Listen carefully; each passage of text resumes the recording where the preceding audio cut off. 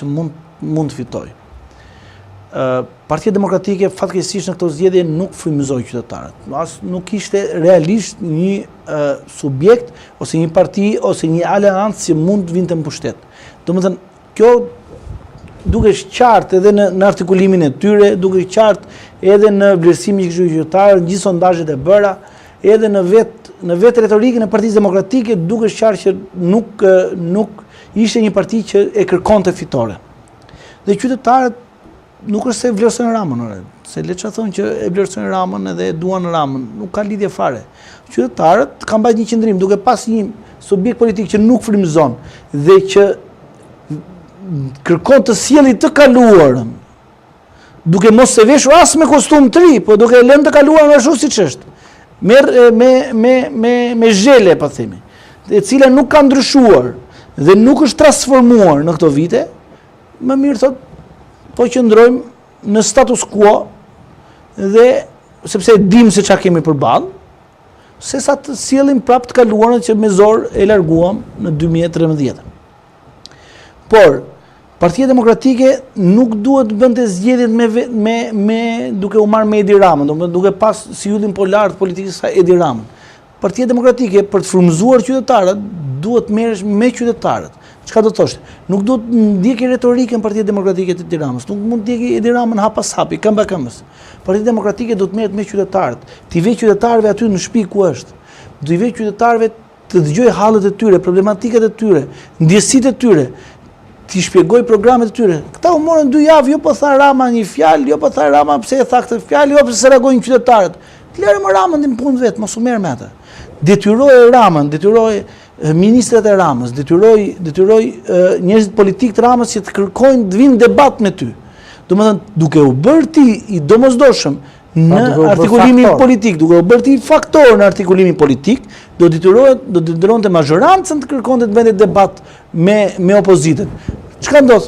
Këtu opozita kërkonte debat me majorancën. Ç'pun ka opozita? Opozita ka detyrim të mbushë mendin qytetarëve, nuk ka detyrim të mbushë mendin ministrave të Ramës.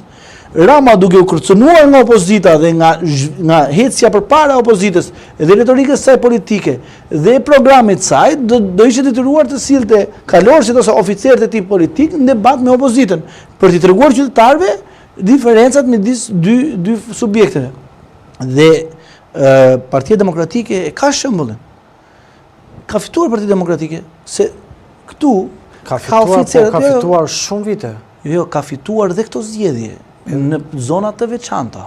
Në zonat veçanta. Po, në zonat veçanta. Ka fituar në Kruj. Ka fituar Bashkinë e Krujës. Po. Ku është dhe fush Kruja brenda? Që zonë? Po, keni parë ndonjë fushat mediatike të atyre kandidatëve ju që t'ishte aq e zhvilluar sa të gjithë kandidatët e tjerë? Jo. Fare. Kam punuar derë me njerëzit. Kam punuar me njerëzit. Dilte Jaulon Kalaja, Ande Ollirit i thoshte të vi këtu kush është këtu deputeti i PS-s bëj debat me mua? Jo. As se kam përmend fare ata, as doni të dini fare kush e kandidati i PS-s. Ata rrinin me njerëzit, rrinin ditë për ditë, merresh me hallin e njerëzve, ama ata kanë bërë fushat 4 vjet. Auloni ka bërë fushat që nga tërmeti. Pandemia, tërmeti i kanë qenë ndihmë atyre qytetarëve.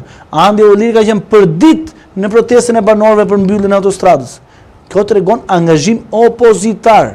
Dhe këta njerëz i ndjeten përdit qytetarëve dhe halleve të komunitetit aty, i rrinin bashkë me qytetarët. Si pasojë këtij angazhimi, u fitua. S'kishim ne as Bashkinë Kruj, as në fush Kruj, nuk kishim institucione shtetërore, s'kishte asgjë PD-ja.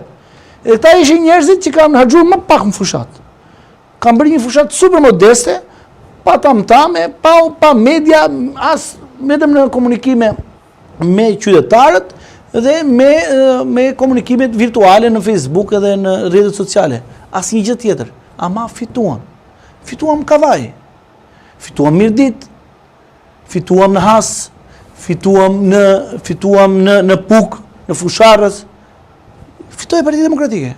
Ka fituar kundër PS-s. Pra një modeli tjetër. Marr Shkodrën, nuk po marr Shkodrën, se Shkodra në vlerësim me 2021 ka humbur. Ka rënë përqindje. Po them këto që kanë fituar. Po edhe po ti bashkosh bashkë ata PS. Kanë kaluar po them po. Hera parë që kanë kaluar.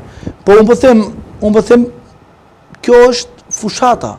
fushat e thjesht, në shërbim të qytetarëve, vetëm me qytetarët.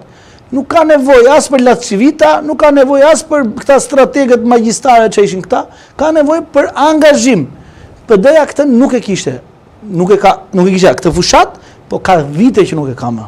Indrit, të doja në fakt Mirja do të ishte përgjigje madhe, nuk do të them që të ma japësh tani zgjidhjen e opozitës, por pa pushtet qendror, pa pushtet lokal, në anën tjetër kemi disa bashki që zgjidhen, vinë afrojnë zgjedhjet, nuk po them këto, po janë disa të patën 3-4 bashki që mund të hynë në zgjedhje. 3 janë të detyrueshme, po Tirana mendohet. Po një Tirana mendohet që lë me Nesti Angoni, kur dali kush është Nesti Angoni, do të pyes atëherë mund të ketë zgjedhje për bashki. Mos kandidon Nesti shalli. Po, se kjo është çështja, edhe në këtë situatë a gjendet zgjidhje sepse duket që gjuhë përbashkuese nuk po shikojnë në asnjë moment brenda kampit opozitar. Po të pyes tani si njeri i cili i rritur brenda asaj partie dhe po heq veten tim me mjan se jam në rolin e intervistuesit. Zgjidhja shumë e thjeshtë. Nuk është çështja ikën Berisha. Të iki berishizmi, koncepti i drejtimit të Partisë Demokratike që përfaqësohet nga berishizmi. Nuk mund të jetë Partia Demokratike tiki Berisha dhe drejtohet nga Flamur Noka. Sepse është e njëjti mentalitet drejtimi. Unë po them një parti demokratike e cila është e orientuar drejt vlerave. Lëre demokracinë bëj punën e vet. Kaq. Një parti që ne e dim fare mirë që vjedh vetën e vet, nuk mundet drejtoj vendin. Lëre partinë të bëj ciklin e vet. Lëre partinë të bëj ciklin e vet. Çka do të thotë? Fitoi Hysén Kadiu. Lëre Hysén Kadiu. Fitoi Grigelci. Lëre Grigelcin. Unë mund të kem shumë gjëra në opinionet të ndryshme me Grigelcin. Po ç'është këndvështrimi. Po ç'është këndvështrimi. Unë vlerësoj që ai zotëri duhet përfaqësonte Partinë Demokratike. Nuk ka pse duhet jetë pa loka dhe mos jetë Grigelci.